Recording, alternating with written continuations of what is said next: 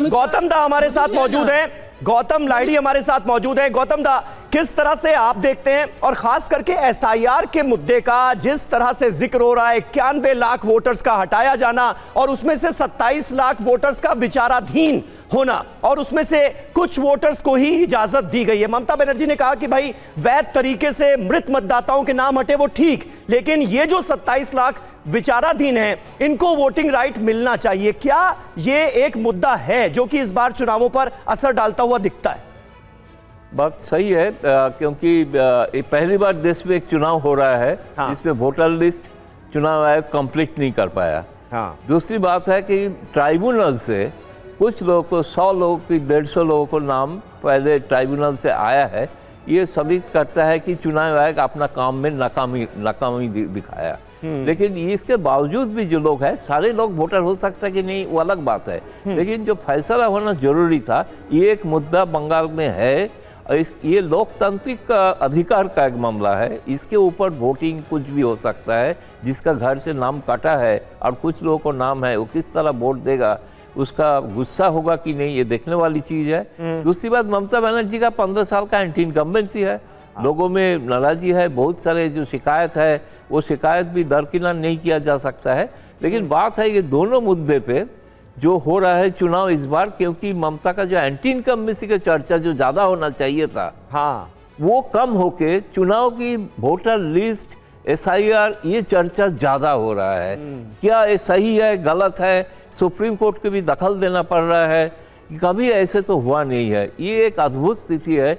मुझे लग रहा है कि इस चुनाव में ये एक निर्णायक होंगे, इसलिए हर्षवर्धन जी ने शुरू में कहा, मैं उसको समर्थन करते हुए बोलता हूँ कि निश्चित तौर पे इस बार वोटिंग ज़्यादा होगा।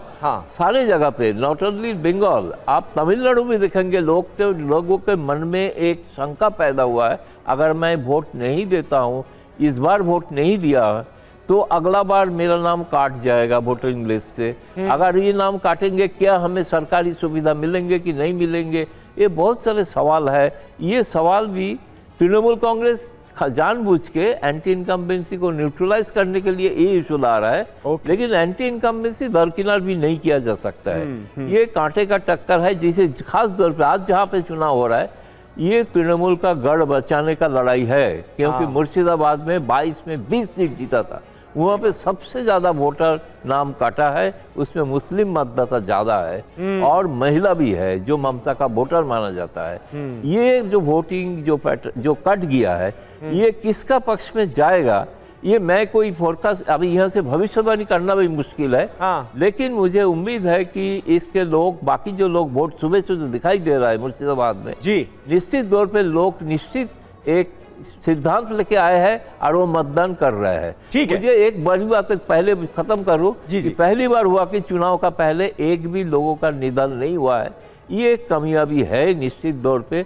सिक्योरिटी फोर्सेस को जो लगाया गया चुनाव आयोग का, इस बारे में मैं प्रशंसा करता हूँ। कम से कम हिंसा रोकने में थोड़ा बहुत कामयाब हुआ, अभी देखना है। ये बात सही है, ये बात सही है और मुझे लगता है मानव जी इस बात से आप भी अग्री करेंगे, क्योंकि पिछली बार जब हिंसा की खबरें सामने आई थी, लोगों की जाने जाने की खबरें सामने आई थी, तो वो पूरे देश के लिए एक चिंताजनक खबर थी, बात थी। लेकिन इस बार अभी तक ऐसी कोई घटना सामने नहीं आई है और हम उम्मीद करते हैं कि आगे भी हिंसा देखने को ना मिले। मुझे पता है आप मुर्शिदाबाद पर जो लाहिड़ी दा ने बोला है उस पर आप रिएक्ट करना चाह रहे हैं, लेकिन उससे पहले हम मालदा का हाल भी आपको दिखा देते हैं। रुपेश कुमार वहां से हमारे संवाददाता इस वक्त हमारे साथ मौजूद हैं। रुपेश, मालदा की जो 12 सीटें हैं उन पर भी वोटिंग हो रही है, आप लगातार वहां पर मौजूद रहे। मालदा में सबसे बड़ा मुद्दा क्या नजर आता है जिस पर लोग वोट कर रहे हैं, जिस मुद्दे को नजर में रखकर?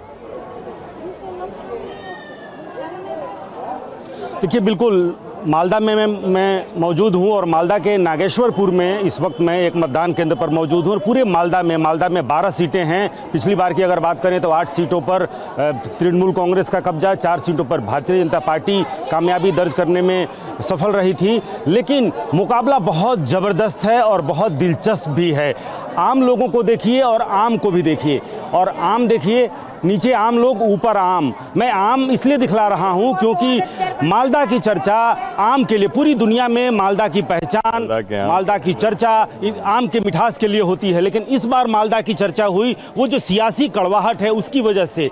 एसआईआर का मुद्दा, और यहाँ पर भारतीय जनता पार्टी के राष्ट्रीय अध्यक्ष आए, उन्होंने अयोध्या से लेकर के सर्जिकल स्ट्राइक और लैंड जिहाद, लव जिहाद तक की चर्चा हुई। यहाँ पर न्यायिक अधिकारियों का घेराव हुआ, उन्हें बंधक बनाया गया, यहाँ पर हिंसा भी देखी गई, आगजनी, सड़क जाम, लाठीचार्ज, तोड़फोड़, तमाम चीज़ें हुई। लेकिन सबसे अहम ये है कि लोकतंत्र, कोई जीते कोई हारे, ये सिटिंग सीट है बीजेपी की, लेकिन यहाँ पर इस वक्त लोकतंत्र जीत रहा है। आप कतारें देखिए, सुबह से वोटिंग शुरू होने से पहले, चाहे वो महिला हों, पुरुष हों, या फिर बुजुर्गों को बैठने की भी व्यवस्था की गई है। यहाँ पर ये महिलाओं की कतार देखिए, यहाँ पर 2 बूथ बनाए गए हैं, एक मेरी बाईं तरफ, एक दाहिनी तरफ। आप दोनों बूथ पर अगर आप देखेंगे तो लंबी लंबी कतारें आपको दिखेंगी। और सबसे अहम है, अंदर से लेकर के बाहर तक, यहाँ पर बूथ के बाहर या अंदर आपको बंगाल पुलिस नहीं दिखेगी, पैरामिलिट्री फोर्सेस का रुपेश, डिप्लॉयमेंट। जरा कुछ वोटर से भी अगर बात हो जाए तो। और ये एक कतार देखिए, बिल्कुल मैं वोटर से बात करने की कोशिश करता हूँ। वोट दे लिए दादा? हाँ। अभी वेट कर रहे हैं? दे लिया? दे लिया? हाँ। अच्छा, अभी क्या मालदा में सबसे ज़्यादा चर्चा मालदा की हुई, यहाँ पर नाम कट गए या फिर यहाँ पर लोगों को बंधक बनाए गए, जो आए थे जज, उनको यहाँ पर क्या लग रहा है? शुभेंदु अधिकारी अभी कह रहे हैं कि ममता दीदी के लिए कोई चांस नहीं है। कुछ नहीं, कुछ नहीं है। दादा वोट दे लिए? नहीं देगा अभी देगा? हाँ। क्या मन में चल रहा है? हाँ, क्या मन में चल रहा है? मन में कुछ तो नदी नदी। अच्छा क्या चल रहा है दिमाग में? कुछ सोच के आई होंगे ना? हाँ हाँ रही है क्या? बीजेपी দিব ভালো রক্ষে দিব মোদিকে দিব। बहुत चर्चा हुई मालदा की, बहुत चर्चा, जितनी आम की चर्चा होती है उतनी ही चर्चा हुई। एसआईआर में नाम कट गया, यहाँ पर आगजनी भी हो गई, तो मुद्दा क्या है? क्या आपको लग रहा है? ভালোই লাগছে ওইটা, ভালো লাগছে। भालो लागছে, देखिए भालो मतलब बहुत अच्छा है। अच्छा है, सब कुछ अच्छा है। अच्छा है, सब कुछ अच्छा है। चौथी बार दीदी या पहली बार बीजेपी? सीधा सवाल। बीजेपी, ठीक है। हाँ। देखिए एक जरा इधर जाने दीजिए प्लीज। ये एक सवाल जो समीर आपका सवाल था कि क्या चौथी बार ममता सरकार या पहली बार भाजपा सरकार? जी, ये सवाल सीधा मैं आप ही लोगों से करता हूँ। अच्छा है, ठीक लाइन, ठीक है, अच्छा है। चौथी बार ममता सरकार या पहली बार भाजपा सरकार? ना पहली बार भाजपा सरकार। पहली बार या चौथी बार दादा? पहली बार। पहली बार या चौथी बार? जो हिस्सेदार होगा वही होगा। जो हिस्सेदार होगा वही होगा। जो हिस्सेदार होगा, ये बढ़िया जवाब है। दादा चौथी बार या पहली बार? ये तो बोला अच्छा बात नहीं है। क्या अच्छा नहीं है बता? ये तो जनगण का डिसीजन है। अच्छा, जे लोग वोट देने के लिए आए वो जा डिसीजन लिया, सही डिसीजन होगा। ठीक है।